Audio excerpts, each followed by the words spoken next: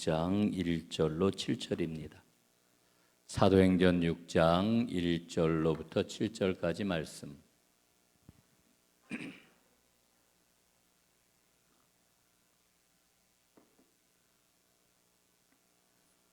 모니터가 안 나오네요. 사도행전 6장 1절로 7절 우리 한 절씩 교독을 하겠습니다. 그때의 제자가 더 많아졌는데 과부들이 매일의 구제에 빠짐으로 히브리파 사람을 원망하니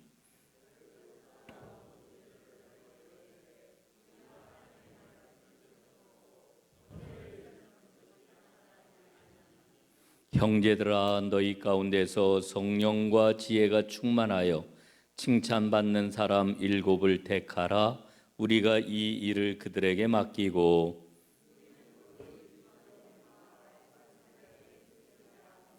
온 무리가 이 말을 기뻐하여 믿음과 성령이 충만한 사람 스데반과 또 빌립과 브로고로와 니가노르와 디몬과 바메나와 유대교에 입대했던 안디옥 사람 니골라를 택하여 함께 봅니다. 하나님의 말씀이 점점 왕성하여 예루살렘에 있는 제자의 수가 더 심히 많아지고 허다한 제사장의 무리도 이 도에 복종하니라. 아멘. 할렐루야. 자, 이 밤 여러분들을 만나게 되어 얼마나 감사한지요. 하나님의 크신 사랑과 은총이 여러분 모두에게 가득하기를 간절히 바랍니다. 지난주에 부흥성에 오늘 이 수요일 시간이 마지막 시간이었죠. 부흥성 그래서 새벽기도 나오시는 분들은 아우 참 감사하다 이런 게 생각들을 갖는데 수요일 날은 배가가 아니라 좀 줄었네요. 예? 하여간 오늘 저녁에 나오신 여러분들 아주 감사를 드립니다. 오늘 하나님께서 예비하신 은혜, 저는 은혜의 절대량을 믿는데 은혜의 절대량은 여러분들에게 골고루 n분의 1로 나누게 되면은 적게 나오니까 더 많이 임할까? 예, 그건 아니겠죠. 여러분, 하나님께서는 우리가 하나님께 구하는 것보다도 더 크시고 더 아름다운 그러한 그 은혜와 복을 예비하고 여러분 모두에게 부어주시는 줄로 믿습니다. 저는 지난 주간에 사실은 그 주일날 저녁에 수원을 좀 다녀왔는데 제 고등학교 1년 선배 그리고 신학교로는 4년 후배, 3년 후배군요. 가깝게 지내던 그 목사님 한 분이 갑자기 사고로 다 세상을 떠나가지고 장례식장에 다녀왔습니다. 참 마음이 아프더라고요. 수원에서 활동을 많이 했던 그런 그 분이기 때문에 장례식 중에 추모식을 이렇게 거행을 했는데 그 옛날 사진과 그리고 찬송과 여러 가지 음악들을 잘 편집을 해가지고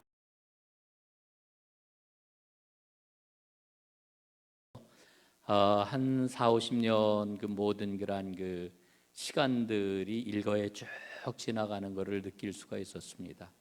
한편으로는 뭉클하고 정말 한편으로는 이렇게 좋은 그러한 그 사람이 옆에 있었구나라고 하는 고마움, 뭐 여러 가지 감정이 아주 굉장히 많이 교차하는 그런 시간이었습니다. 그리고 새삼스럽게 깨닫게 되는 것은 5월 11일 날인가 그 마지막 그 이렇게 육성을 남긴 그런 그 동영상을 이제 봤는데 5월 11일이니까 정말 불과 며칠 전이잖아요. 며칠 전에 건강했던 분, 활발하게 활동했던 분. 4월, 예, 4월, 예, 죄송합니다. 4월 11일, 예. 그 보니까 우리가 정말 하루하루 하나님 앞에 잘 살아야 되겠구나라고 하는 이런 마음을 가졌습니다. 여러분, 우리의 그러한 그 마지막은 하나님의 손에 달렸다라고 하는 것을 다시 한번 깨닫게 됩니다. 오늘 이제 여러분들과 함께 읽고 있는 이 본문은 우리가 잘 알고 있는 본문이지요. 이 본문을 읽을 때마다 우리는 뭐를 생각을 합니까? 초대교회의 일곱 집사가 세워진 이와 같은 그런 말씀이기 때문에 이제 하나님의 일꾼들은 어떤 자격을 갖추어야 되는가, 하나님이 어떤 사람을 하나님의 일꾼으로 세우시는가, 여기에다 초점을 맞추고 이 말씀을 읽어왔습니다. 오늘 말씀에도 보게 될 것 같으면은 이제 3절 말씀에 보니 형제들아 너희 가운데서 성령과 지혜가 충만하여 칭찬받는 사람 7을 택하라, 이렇게 말씀을 해주고 있죠. 그래서 하나님의 일꾼에게는 반드시 3가지가 있어야 된다 이러지요. 뭐가 있어야 됩니까? 첫째, 성령 충만할 것, 그렇죠? 성령 충만할 것. 그 다음에 지혜가 충만할 것. 셋째는 뭐예요? 칭찬받는 사람, 칭찬이 충만할 것. 이 3가지가 반드시 있어야 된다, 이렇게 오늘 본문 말씀을 읽어왔습니다. 그러나 오늘 본문의 강조점이 또 하나 있습니다. 그 강조점이 뭐냐면 바로 기도입니다. 기도. 여러분, 기도라고 하는 것이 오늘 본문에 관통하고 있는 그런 아주 중요한 그런 그 키워드입니다. 제가 이 기도에 관한 그런 그 말씀을 부흥회 끝나고 새벽 기도회 때도, 그리고 주일날도, 그리고 또 이번 주에 이제 시편 말씀을 묵상하면서도 계속해서 이 기도에 대한 것을 좀 강조를 하는데, 여러분, 기도가 우리가 믿는 믿음 생활을 감싸지 않으면, 우리가 믿고 있는 진리의 말씀이니 복음을 감싸지 않는다라고 하면, 여러분, 그 어느 것도 하나님 앞에 온전할 수가 없다라고 하는 것을 다시 한번 깨닫게 됩니다. 여러분, 기도해야 됩니다. 우리가 기도의 사람이 되어야 되고 기도의 능력을 소유해야 됩니다. 여러분, 기도는 하나님의 일이라고 그랬지요. 하나님이 먼저 우리에게 요청하신 일이고, 사실은 하나님의 요청 앞에 응답하는 것이 바로 오늘 우리의 기도라고 이야기할 수 있습니다. 하나님은 여러 가지 모양으로 우리에게 기도를 요청하셔요. 어려움을 통해서, 문제를 통해서, 두려움을 통해서, 풀지 못하는 아픔을 통해서 하나님은 우리에게 기도를 요청을 하시고, 그런 가운데서 하나님 앞에 온전하게 나를 내려놓고 주님 앞에 기도에 응답을 주님께 드리게 될 때 하나님께서는 우리에게 응답해 주신다라고 하는 것이 이 기도의 가장 중요한 그런 그 법칙인 것입니다. 기도는 하나님의 요청이고 기도는 하나님의 일입니다. 그 하나님의 요청 앞에 응답하시는 하나님의 사람들이 다 될 수 있기를 간절히 바랍니다. 여러분, 오늘 우리가 살아가고 있는 세상은 우리에게 무엇을 요청합니까? 효율성을 요청을 합니다. 효율성이 있어야 된다, 이렇게 이야기하지요. 여러분, 그래서 교회에서도 효율성을 따지잖아요. 어떻게 하면은 복음을 효율 있게 전할 수가 있을까? 효율성 있게 복음을 전하는 그 방법이 뭘까? 프로그램이 뭘까? 그 수단이 뭘까? 라고 하는데 우리가 많은 그런 그 관심을 이제 집중하고 있지 않습니까? 그러나 그에 앞서서 제일 먼저 필요한 것이 있는데 그건 바로 기도입니다. 기도할 때 우리는 하나님의 일을 감당할 수 있게 될 것이고, 기도할 때 하나님의 역사가 나타나게 될 것이고, 기도할 때에 하나님의 능력을 소유할 수가 있게 되는 것입니다. 여러분, 우리가 교회 역사를 살펴보게 되면은요, 교회가 부흥할 때마다 부흥의 역사가 일어났거든요. 곳곳에서 부흥의 역사가 일어났는데, 그 부흥의 역사가 일어날 때마다 어떤 일이 있었습니까?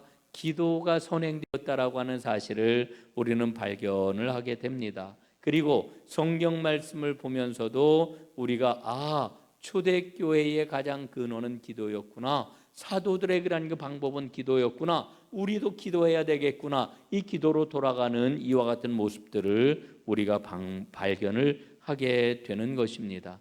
여러분, 사도들은 왜 기도를 강조했을까? 오늘도 말씀에 보게 될 것 같으면은 사도들은 7집사를 세우고 어떻게 고백을 합니까? 4절 말씀, 우리는 오로지 기도하는 일과 말씀 사역에 힘쓰리라, 이렇게 사도들이 지금 이야기하고 있어요.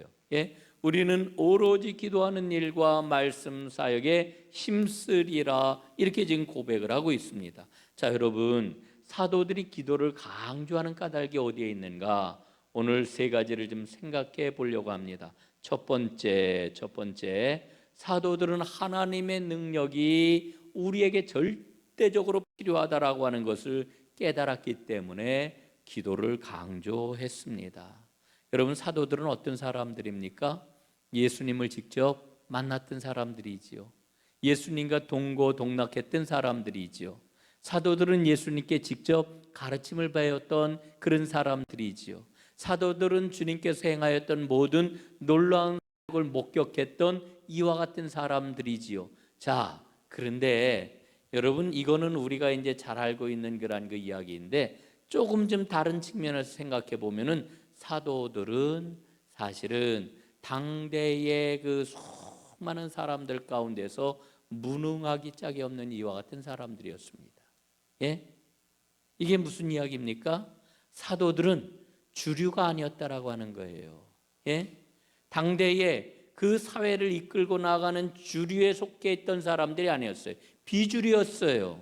비주류였을 뿐만 아니라 사실은 이 사도들은 그냥 주류가 아니야. 그 사람들은 비주류야. 단순하게 이렇게 이야기할 수 있는 사람들이 아니고 이방인과 거의 같은 처지에 있던 정말 별 볼 일 없는 사람들이 사도들이었다라고 하는 거지요. 여러분, 이게 무슨 이야기입니까? 제가 이것을 왜 강조합니까? 여러분, 이들은 인간적으로 볼 때에 그 어느 것 하나 자랑할 만한 게 없는 그런 사람들이에요. 예? 여러분, 뭐 오늘날처럼 학벌을 자랑할 게 있습니까? 재산을 자랑할 게 있습니까? 아니면은 가문을 자랑할 게 있습니까? 뭐 자랑할 게 아무것도 없는 이와 같은 사람들이 바로 사도들이었다라고 하는 거지요. 그래서 여러분, 사도행전 말씀에 보게 될 것 같으면은 베드로와 요한을 잡아놓고 사람들이 뭐라 그래요? 산헤드린에서 이 사람들은 범인이라. 예, 범인. 예? 별 볼 일 없는 사람들이라 이렇게 이야기를 하잖아요. 아니, 이 사람들은 갈릴리에서 물고기를 잡던 별 볼 일 없는 사람들인데 어디서 이 사람들이 이와 같이 놀라운 그러한 그 이야기를 할 수가 있느냐? 깜짝 놀라지 않았습니까? 여러분, 무슨 이야기입니까? 이들은 무능한 사람들이었기 때문에 세상적으로 자랑할 것이 없었고 세상적으로 희망이 없는 그런 그 사람들이었습니다. 그렇다면 이들에게 능력과 이들에게 희망은 어디에서 올 수가 있었을까요? 오직 하나님의 능력으로 충만해지는 것 이외에는 다른 길이 없는 사람들이 바로 사도들이었다라고 하는 거지요. 그래서 여러분, 이제 그들이 하나님의 능력, 하나님이 주시는 그러한 그 힘으로 충만해지기 위해서는 뭐가 필요하다라고 하는 것을 알았어요. 기도가 필요하구나라고 하는 것을 너무나 잘 알았습니다. 여러분, 실제로 사도행전 말씀을 쭉 읽어 내려가면은 무엇을 발견합니까? 어려움에 처할 때마다, 위기 상황을 만날 때마다 사도들이 뭐를 했어요? 기도했어요. 예? 베드로가 체포됐다가 풀려났잖아요.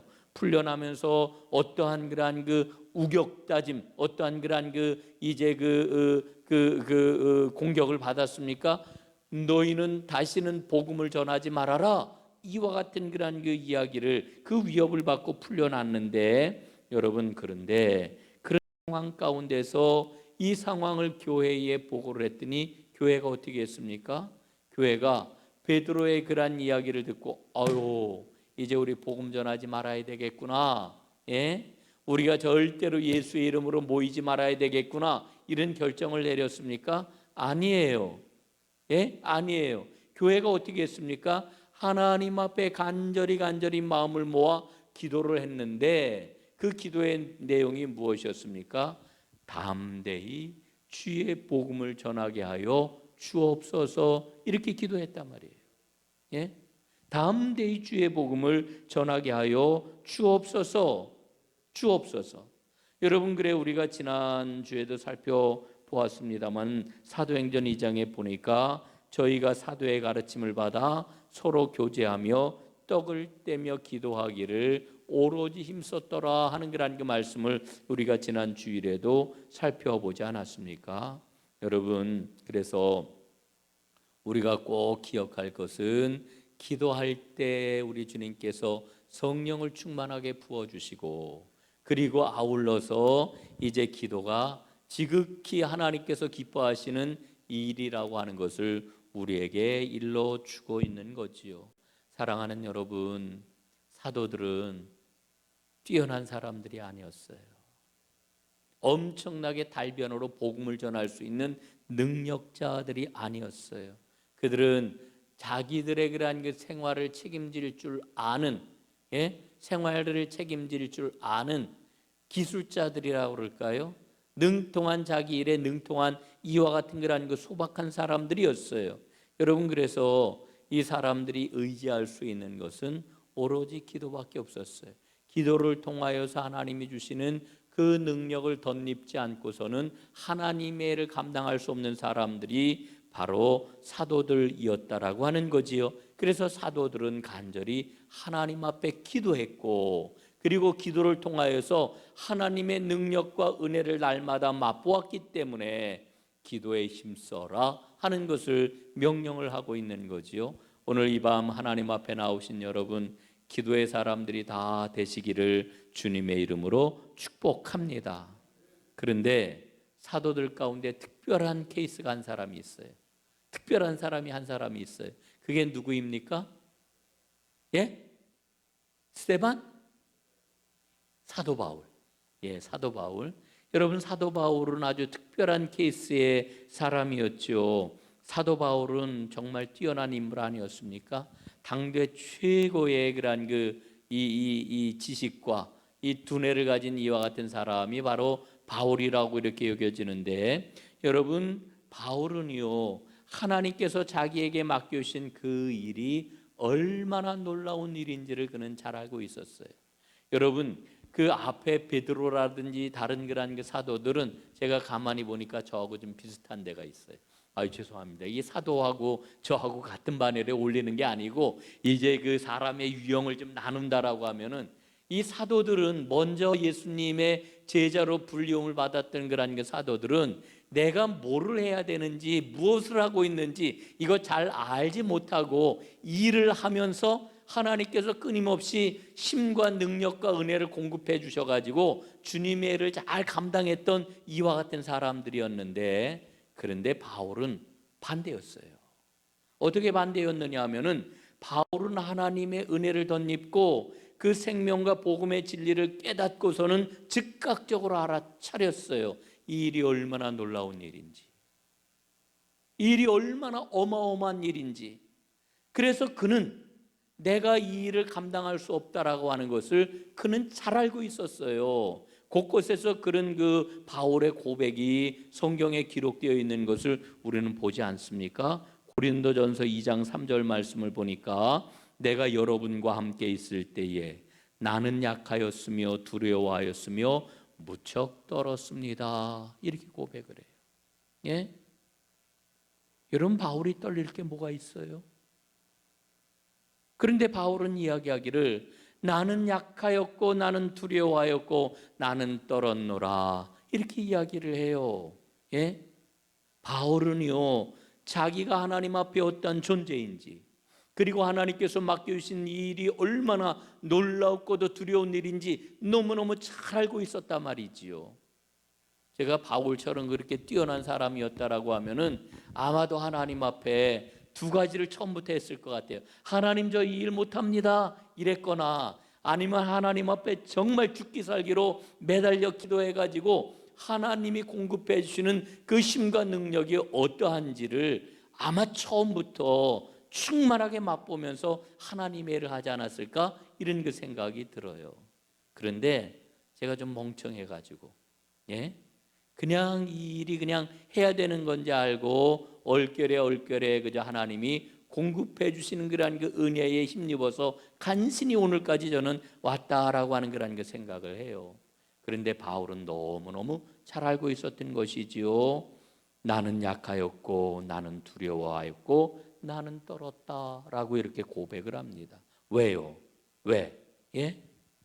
여러분, 바울이 보았던 것 가운데 하나가 뭐냐면은, 첫째, 하나님 앞에 하나님께서 나에게 맡겨주신 그 일이 얼마나 아름답고 얼마나 놀랍고 얼마나 두려운 일인지 잘 알고 있었어요. 또 하나 사람들이 복음을 믿지 않고 예수 그리스도를 바라보지 않고 자신을 의지하고 자신에게서 어떠한 답을 찾으려고 하는 이런 모습을 보일까 봐 그는 두려워했던 것입니다. 그래서 그는 이렇게 고백을 하지요. 고린도전서 2장 5절입니다. 그것은 여러분의 믿음이 사람의 지혜의 바탕을 두지 않고 하나님의 능력의 바탕을 두게 하려는 것이었습니다. 여러분, 이 말의 의미가 여러분 마음속에 깊숙이 새겨질 수 있기를 바라겠습니다. 바울은요, 지혜가 뛰어난 사람이었고 지식이 출중한 이와 같은 사람이었어요. 그래서 사람들이 그 바울을 보고, 야, 바울이 저만한 지식을 갖고 있고 저런 지혜를 갖고 있으니까 저 사람만 따라가면 되겠구나. 바울을 의지할까 봐. 그래서 사람의 지혜의 바탕을 두는 게 믿음이 아니라고 하는 것을 분명하게 알려주기 위하여서 그는 두려운 마음을 가졌다라고 하는 그런 이야기입니다. 이 말씀은 우리가 좀 깊이 생각해 볼 그런 여지가 있는 그런 말씀이지요. 그래서 사도 바울은 결론적으로 어떤 이야기를 우리에게 주고 있는가 하니, 인간의 지혜를 의지하거나 인간의 지혜를 사용하는 게 우리 믿음 생활에 결코 도움이 되지 않는다라고 하는 것을 이야기해 주고 있습니다. 고린도전서 3장 18절입니다. 지금 계속해서 제가 새 번역으로 여러분들에게 말씀을 소개하고 있는데 한번 읽어보겠습니다. 고린도전서 3장 18절 시작. 누구든지 이 세상에서 지혜 있는 사람이라고 생각하거든 정말로 지혜 있는 사람이 되기 위하여 어리석은 사람이 되어야 합니다. 아멘. 여러분, 이 말씀에 정말 아멘이 되시나요? 이 말씀이 무슨 의미겠어요? 여러분, 세상 사람들이 말하는 것과 완전히 거꾸로 아닙니까? 정반대 아닙니까? 이 세상에서 지혜 있는 사람이라고 생각한다면 정말로 지혜 있는 사람이 되기 위해서는 어리석은 사람이 되어야 한다는 거지요. 여러분, 그 어리석음이 뭐겠어요? 주님의 십자가 복음, 생명이 담겨 있는 그 복음, 세상의 지식과 지혜를 가지고 그 복음을 바라보게 되면은 얼마나 어리석은 일이에요. 얼마나 세상에.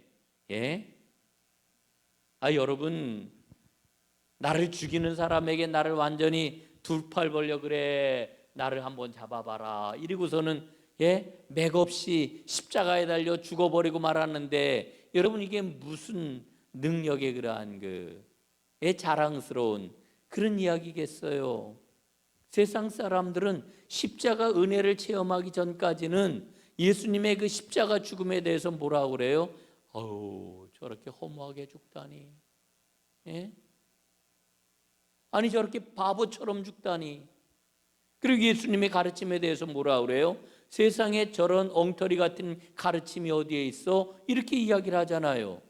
여러분, 그걸 가르쳐 지금 바울은 뭐라고 그래요? 정말로 지혜 있는 사람이 되기 위해서는 어리석은 사람이 되어야 한다.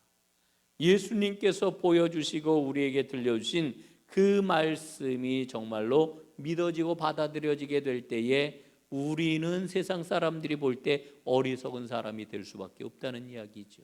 그게 진정한 하늘의 지혜라고 하는 거예요. 여러분, 이 말씀이 여러분의 삶 가운데 진실로 아멘이 될 수 있기를 주님의 이름으로 축복합니다. 축복합니다. 여러분, 그러기 위해서는 바로 이와 같은 은혜를 누리기 위해서는 뭐가 필요해요? 기도가 필요하다. 하나님의 능력을 덧입기 위해서는 무능한 사람들이 하나님의 능력을 덧입기 위해서는 기도가 반드시 필요하다라고 하는 겁니다. 두 번째로 사도들은 인간의 상태를 알고 있었기 때문에 기도에 전념했습니다. 여러분, 우리가 복음을 전할 때 복음이 있고 사람이 있잖아요. 이제 이 복음이 사람들에게 전달이 되어서 마음문 탁 열고 복음을 받아들이면은 하나님의 사람이 되는 거잖아요. 구원받아.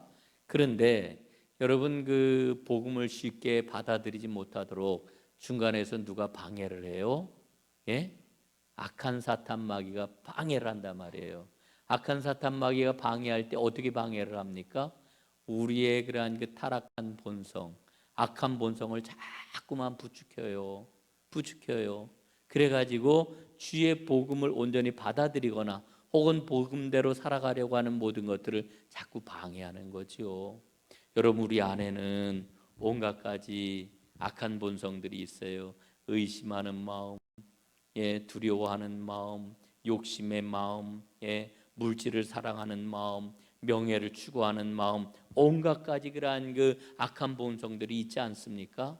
그런데 그 중에서 제일 큰 본성이 뭐냐면 제일 쉽게 작동하는 게 뭐냐면은 아마도 질투인 것 같아요. 질투. 예, 질투. 여러분 질투는 여성들의 전유물인가요? 아니요. 남자들도 질투가 얼마나 강한지 몰라요. 예? 그 질투라고 하는 거는 소유하고도 이게 그 연관이 있는 것 같은데 여러분이 질투의 마음 이런 것들이 그 마귀가 와서 마구리를 부추기는 겁니다. 여러분 오늘 보니까 시간이 벌써 얼마 안 남았어요. 내가 짧게 벌써 얘기한 것 같은데 벌써 시간이 이렇게 많이 갔네요. 예.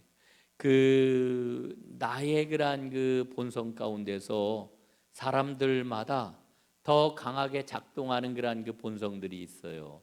그거를 잘 알아보는 게 굉장히 중요해요.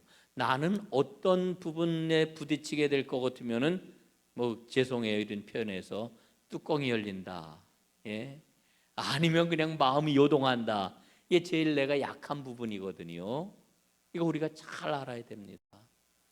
예, 보통 하여간 제가 말씀을 드렸던 것은 보통 사람들에게는 질투가 제일 크게 작동을 해요. 제일 크게 작동을 하는데 어떤 사람에게 명예일 수 있고 어떤 사람에게 논리일 수 있고 뭐 사람마다 다 조금씩 달라요. 예? 다른데 나에게 있어서 제일 약한 고리가 어떤 거냐라고 하는 것을 잘 파악하고 하나님께 지혜를 구하는 게 우리 믿음 생활하는데 굉장히 중요하다라고 하는 거 여러분 꼭 기억하시기를 바라겠습니다. 자, 그래서 타락한 인간의 그러한 그 상황에 대해서 성경은 이렇게 우리에게 일러줍니다. 에베소서 4장 18절 보니까 저희 총명이 어두워지고 저희 가운데 있는 무지함과 저희 마음이 굳어짐으로 말미암아 하나님의 생명에서 떠나 있도다 이렇게 말씀합니다. 여러분 인간의 가장 큰 문제, 본질적인 문제가 뭐냐면은 하나님으로부터 떠나 있는 거예요. 하나님의 생명에서 떠나 있는 거예요. 다른 말로 이야기를 하면은 허물과 죄로 죽어 있는 그 상태에 머물러 있는 것. 예. 우린 구원받았는데요. 구원받았는데요. 그래서 생명을 소유한 사람이 되었는데요. 그럼에도 불구하고 여전히 우리의 그런 그 마음이 어두워진 그 상태에 머물러 있을 수 있습니다.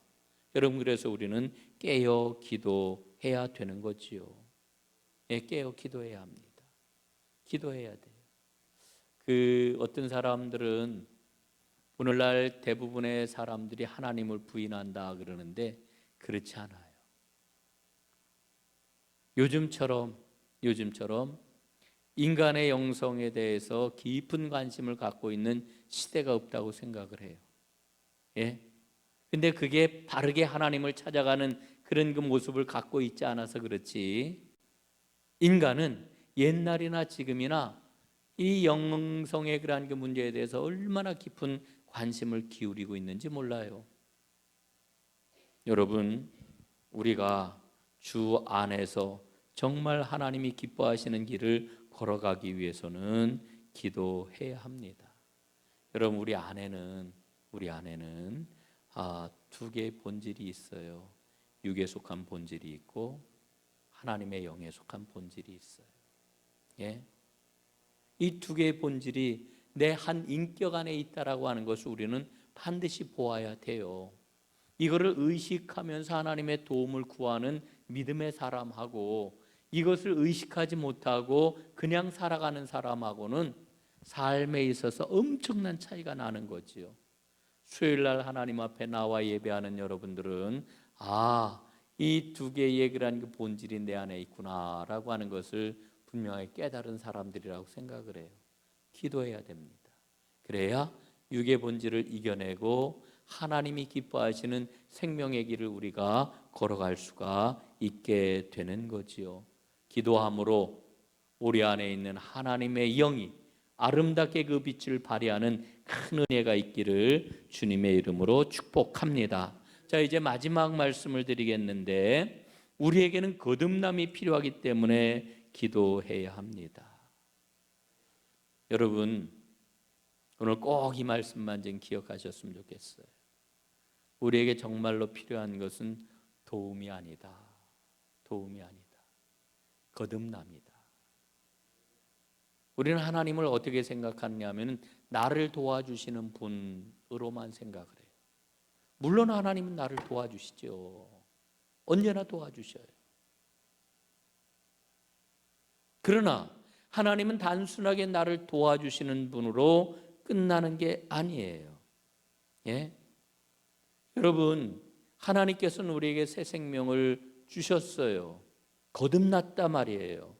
거듭났어요. 그러나 거듭남이라고 하는 것은 한 번 주 안에서 구원을 받은 걸로 끝나는 게 아니에요. 거듭났으면 우리 안에서 어떻게 해야 돼요? 우리 감리교식으로 다 표현을 하게 될 거거든요. 날마다 성화가 되어 가야 되는 거죠. 예? 이게 정말 중요한 겁니다. 여러분 보십시오. 아주 각별한 각오를 하면은 비상한 각오를 한다고 그러죠. 한두 번 잘할 수 있어요. 한두 번 이겨낼 수 있어요. 그러나 지속적인 삶의 방식으로 바뀌어지지 않아요. 예수를 믿는다라고 하는 것은 지속적으로 삶의 방식이 바뀌어지는 거예요.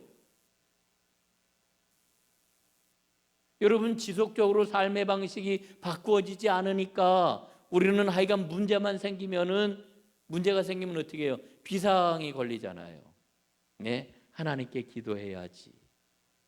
여러분, 그러나 그보다 더 중요한 것은 뭐냐 하면은 바로 우리의 삶이 새로워져야 돼요. 예? 삶의 방식이 바뀌어져야 돼요. 거듭남 안에서 우리는 주님과 함께 살아가야 되는 거지요. 예? 이게 무슨 얘기냐 하면은 바울이 표현하는 대로 그리스도 안에, 주 안에 살아가는 거라는 게 삶이에요. 주 안에 살아가시기를 간절히 바랍니다. 예? 나는 주 안에서 살아야 되겠다 해서 주 안으로 이사가는 분이 있는지 모르겠어요. 저 신학교 때 우리 선생님 한 분이 교회사를 가르치시는 분이었는데 이분이 주 안에서 사셨어요. 지금은 돌아가셨는데 송길섭 교수님이라고. 그래서 늘 우리에게 우스갯소리로 나는 늘 주 안에 산다. 너희들도 주 안에 살아라. 이렇게 말씀을 해주셨는데, 그래서 제가 주안이라고 하는 동네가 참 좋은 동네구나 이런 게 생각을 했습니다. 여러분, 주 안에 우리는 살아야 돼요. 그리스도 안에. 예? 여러분, 주 안에 산다라고 하는 이야기가 뭘까요? 주님께 집중하는 거예요. 집중하는 거. 여러분, 누구에게 집중하며 살아가십니까? 누구에게? 지금 무엇에 집중하며 여러분 살아가고 계십니까?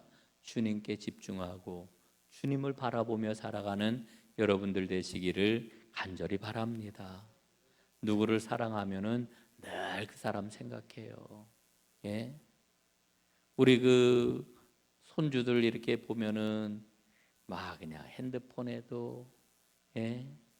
뭐 그냥 어디 가서 누구 얘기만 해도 매일같이 그냥 꺼내놓고 자랑하잖아요. 예?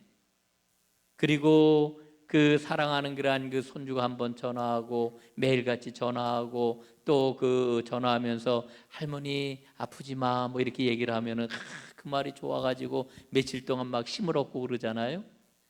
여러분, 비슷한 데가 있어요. 주님께 집중하는 거. 우린 주님께 집중하며 살아가야 됩니다. 그럴 때 이제 우리는 이런 고백을 할 수가 있게 되지요.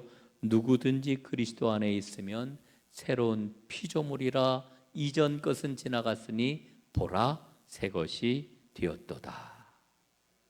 여러분, 하나님께서는 우리를 구원하시고 우리 안에 새로운 성품을 넣어 주셨어요. 그리고 새로운 기질을 우리에게 넣어 주셨어요. 여러분, 하나님께서 새로운 성품을 심으시고 새로운 기질을 넣어 주셨다라고 하는 이와 같은 믿음을 가지고 우리 주님께서 넣으신 그 새 성품, 새로운 기질을 날마다 키워나가는데 가장 필요한 게 뭐라고요? 기도다. 기도다. 기도하지 않고서는 예수님을 닮은 성품, 그 기질, 여러분 그 기질이 있어요. 기질. 예, 어떤 사람이 저한테 그래요. 누군가 얘기를 했더니 그 기질 몰라서 그래. 그 기질 있잖아, 기질. 그 기질이 바뀔 것 같대. 우리가 흔히 이렇게 이야기를 해요. 여러분, 그러나 우리 하나님께서는 어떻게 하셨어요? 우리 안에 성품을 심으셨고 우리 안에 새로운 기질을 넣어 주셨어요. 이게 예수 믿는 거예요, 이게. 그런데 여전히 우리가 옛 성품과 옛 기질을 가지고 내가 그냥 나를 절대로 포기할 수 없다 그러면서 살아간다라고 하면은 그럼 우리는 예수의 사람이 아닌 거죠. 예수의 사람이 아닌 거예요. 왜 기도해요? 왜? 기도하는 이유가 어디에 있어요? 바로 나에게 심어주신 그 성품, 나에게 넣어주신 그 기질, 주님의 그 성품과 기질이 자라날 수 있도록 우리는 하나님 앞에 기도하는 거죠. 이게 거듭남의 삶이라고 이야기할 수 있어요. 거듭남은 일회적인 사건이면서 일회적인 사건으로 끝나지 않고 날마다 내 안에서 일어나는 하나님의 새로운 역사예요. 그 역사는 뭘로만 이어진다? 기도를 통해서만 이어진다. 그러므로 우리는 기도해야 합니다. 초대교회 사도들이 그걸 보여주었어요. 그래서 기도해야 된다라고 하는 것을 우리에게 일러주고 있지요. 사랑하는 여러분, 기도하십시오. 그래서 하나님의 놀라운 역사를 이어가는 하나님의 사람들이 다 되시기를 주님의 이름으로 축원합니다. 기도하겠습니다. 사랑의 주 아버지 하나님, 감사합니다. 우리 주님께서 우리에게 일러주시는 바대로 기도하는 사람들 되게 하여 주옵소서. 아버지 하나님, 우리는 하나님의 능력이 절대적으로 필요합니다. 하나님, 우리는 이제 악한 본성을 여전히 가지고 있습니다. 그리고 날마다 우리 안에 새로운 거듭남의 역사가 일어나서 주님의 성품을 닮아가고 주님의 기질이 우리 안에서 자라나야 되는데 주님이 모든 일을 이루기 위하여 늘 깨어 기도하는 하나님의 사람들 되게 하옵소서. 응답하면 응답될 줄로 믿습니다. 하나님의 일인 기도에 매진하는 우리 모두가 되게 하셔서 날마다 하나님의 복을 누리게 하옵소서. 예수님 이름으로 기도드리옵나이다. 아멘.